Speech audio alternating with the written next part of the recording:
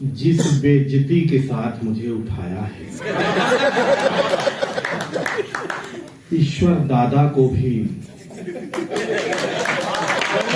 लंबी उम्र दे, मैं गलत नहीं बोला। बहुत बढ़िया कार्यक्रम चल रहा, 5-7 मिनट मैं भी आपका पुराण पीऊंगा। जो यहाँ कुंवर जावेद दादा सभी बड़े विद्वान कर बैठे हैं, जो पंक्तियां ले जानी होगी दादा लोगों की ले जाइएगा, मेरी कहीं ले जाने की जरूरत नहीं है।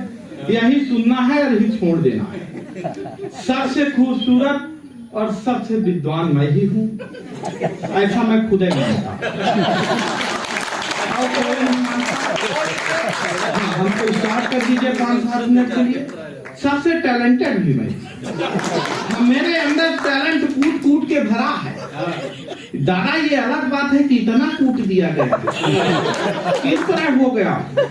मेरा सम्मान देखिए सर, हाँ आप जोड़े से हैं इसलिए आपको विशेष ध्यान।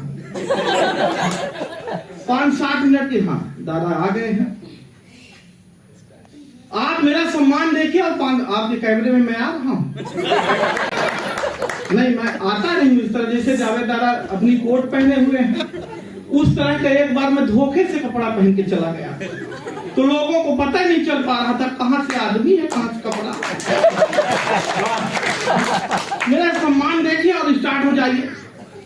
यहाँ तो हम लोग बहुत जल्दी स्टार्ट हो गए। आदरणीय राजेंद्र दादा भाई ने बड़ा बढ़िया कार्यक्रम करा, बहुत जल्दी स्टार्ट करा दिया। एक जगह हमको सुरेश दादा ने उधर छत्तीसगढ़ तरफ बुलाया था, सब 4 घंटे का कार्यक्रम था और 3 घंटे तक सम्मान चला। उसी प्रकार लगता था आज यहाँ होगा। 6 बजे से हम लोग इधर आ गए थे। फूल से सम्मान, माला से सम्मान, रोली से, चंदन से, साल से, श्रीफल से, फिर राइफल भर से बचा। मुझे लगा वो भी हो जाए तो हम मोक्ष को प्राप्त हो जाए। तो वो सम्मान मेरा देखिए कितना ज्यादा है। और स्टार्ट हो गए कि एक सज्जन सुबह सुबह मेरे घर आए। एक सज्जन सुबह सुबह मेरे घर आए, दरवाजा खटखटाए। दरवाजा खोलते हुए मैंने पूछा फरमाइए। वो हमारे हाथ में चना दे के बोले पहले खाइए। मैं चना खाते हुए ही पूछा सुबह सुबह कहाँ से आ रहे हैं और ये बताइए चना क्यों खिला रहे हैं। वो बोले आज शनिवार है। हम बोले शनिवार हो, बुधवार हो, रविवार हो, पर आप चना क्यों खिला रहे हैं। वो बोले यही तो बता रहे हैं।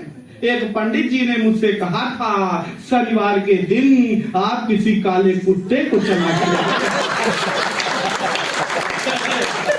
शनिवार के दिन आप किसी काले कुत्ते को चना खिलाइए और काला कुत्ता मेरे हाथ से चना खाए। ये कुत्ते में कहाँ दम है, सर आप खा लीजिए, आप क्या काले कुत्ते से ये मेरा सम्मान है।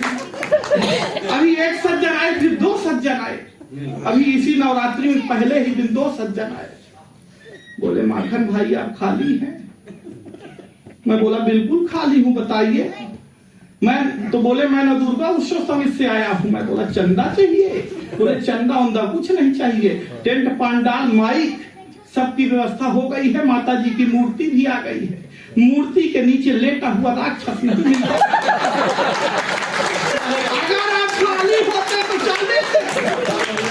मैं साइड से निकल लिया।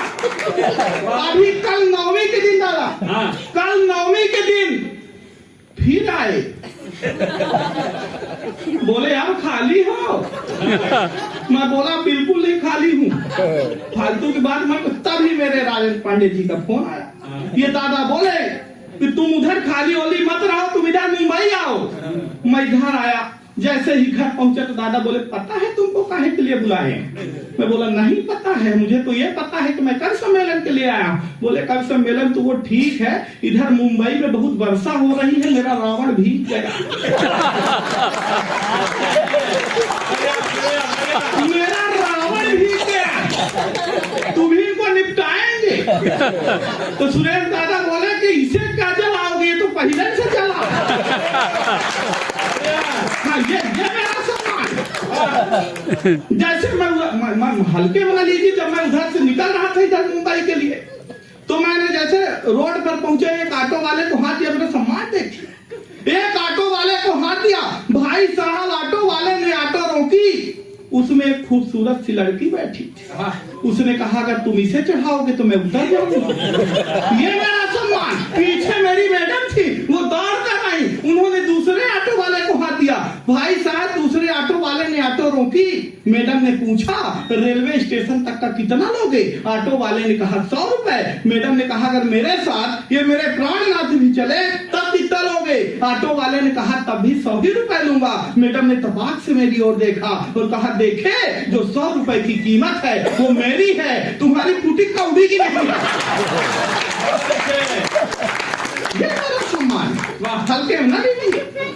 मैं जहां से आया हूँ रीवा, सफेद शेरों की धरती बिंद, सफेद शेरों की धरती से जब मैं इधर आया तो सुरेश दादा कहने लगे यार सफेद शेरों की धरती में तुम जैसा भालू कहां से पैदा हो गया? ये मेरा सम्मान। मैं अपने शहर उसी चौराहे से, रीवा शहर चौराहे से अपनी सखी के साथ दादा गुजर रहा। सखी का नाम लेते ही ऐसे सब साइलेंट हो गए जैसे ना रही। मैं अपने सखी के साथ गुजर रहा था तो पीछे से एक लड़के ने कमेंट किया देखो देखो आलिया जैसी लड़की है पर कालिया के साथ। आलिया जैसी लड़की है पर कालिया के साथ। मैं कुछ बोलूं सर? उस लड़की ने ही जवाब दिया जिसे तू कालिया कह रहा है ये व्यक्ति मुझे ऐसे नहीं मिला है। तो उसने पूछा कैसे मिला है? तो बताया कि सालों तक पूजा पाठ। हेलो बेटा, महेंद्र भैया का बिगाड़ चुके हो, मेरा मत कि सालों तक पूजा पाठ जब तप किए मैंने तब जाके मेरे लिए प्यार लेके आए हैं। नहीं दादा ऐसे नहीं मिला, वो सावन के 16 सोमवार व्रत रही है तब जाके मुझे पाई है। हल्के में ना लीजिए। अभी पिछले दिनों फिर थी, मैं पूछा अब क्यों रहती हो? बोली पहले भी रहा करती थी। मैं पूछा क्यों रहती थी? बोली सुंदर वर मांगा करती थी। मैंने कहा तो विश्व सुंदर पा गई हो, अब क्यों रहती हो? बोली अब इसलिए रहती हूँ कि भगवान मिले तो उनसे पूछूंगी कि क्या मांगा था, क्या दिया है, बताइए एक बार।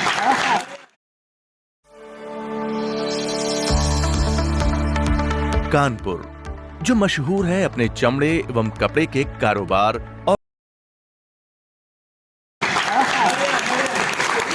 सालों तक पूजा पाठ जब तप किए मैंने तब जाके मेरे लिए प्यार लेके आए हैं। दुनिया की नजरों में लायक न प्यार मेरा फिर भी ये मेरे लिए यार लेके आए हैं। बहार लेके आए हैं, फुहार लेके आए हैं, फुहार लेके आए हैं, बहार लेके आए हैं। मेरे लिए हीरो वाला हार लेके आए हैं। वो मेरे इस तप का तो यही परिणाम मिला, शनिदेव स्वयं अवतार लेके। मेरी तरह दिख रहे अगर यहाँ 1-2 पीस भी हो तो कल से अपने आप को शनिदेव ही समझे। नहीं हंसने की बात नहीं है, तेल चढ़ जाएगा पर हल्दी नहीं लग पाए। हल्दी लगने में आग लग, मेरी तो लगी नहीं पा रही थी।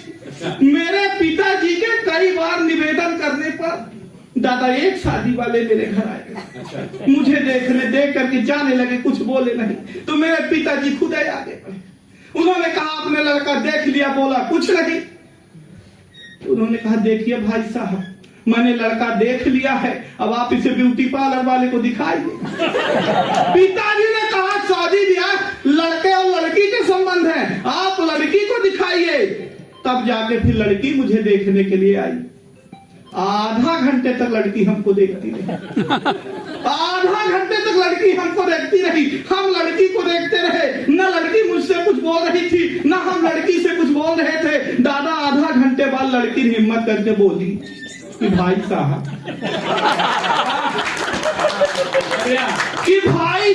लड़का पाई है, भाई साहब लड़का पाई है। मैंने कहा जी बहन जी हम ही हैं, जी बहन जी हम ही हैं। उसने पूछा जब हम आपसे विवाह कर लेंगे तो आप मुझे क्या मानेंगे? देंगे। मैंने कहा जिंदगी, उसने कहा लानत है ऐसी जिंदगी। पर आप लोगों को टेंशन नहीं लेना। टेंशन कब कहां कैसे आ जाए किसी को नहीं पता है। टेंशन आता कैसे है दादा, आप तक पहुंचाता हूं। मुझे आया, मैं आप तक पहुंचाता हूं कि मैं मस्त मौला आदमी एक दिन रास्ते से जा रहा था, तो एक खूबसूरत लड़की ने मुझ जैसे खूबसूरत आदमी से लिफ्ट मांगा। सर मेरे लिए यही टेंशन की बात है। पर मैं बहुत अच्छा आदमी, मैंने उसे लिफ्ट दिया। भाई साहब कुछ दूर जाने के बाद उसे चक्कर आने लगे, मुझे और टेंशन हो गई। मैं उसे सीधे हॉस्पिटल लेके पहुंचा। 10 मिनट बाद डॉक्टर आया, बोला बधाई हो भाई, आप बाप बनने वाले हो। बोला बधाई हो भाई, आप बाप बनने वाले हो। मुझे और टेंशन हो गई। मैंने कहा कदापि नहीं, होने वाले बच्चे का बाप मैं नहीं हूँ। तभी वो लड़की आ गई, बोली नहीं यही है तो टेंशन। भाई साहब मेरा मेडिकल चेकअप कराया गया और रिपोर्ट ये आई, मैं तो कभी बाप नहीं बन सकता। टेंशन अभी समाप्त नहीं हुई जा रहा। फिर मुझे ख्याल आया घर में मेरे 2 बच्चे, वो किससे आउट है। बढ़िया। इतने में सुरेश दादा का फोन आया, बोले मेरे लाल, मेरे पीले, मेरे गुलाबी, मेरे काले, तुझे इतनी टेंशन है तो तू मुंबई चला। मैं इनके घर पहुंचने ही वाला था कि एक छोटे से बच्चे से पूछ लिया, सुरेश जी का घर जानते हो? बोला हाँ यही बगल वाला जहां से मियां बीवी की लड़ने की आवाज आ रही है। मैंने पूछा तुम उन्हीं के बेटे हो? बोला इसी बात पे तो अंदर झगड़ा चल रहा है।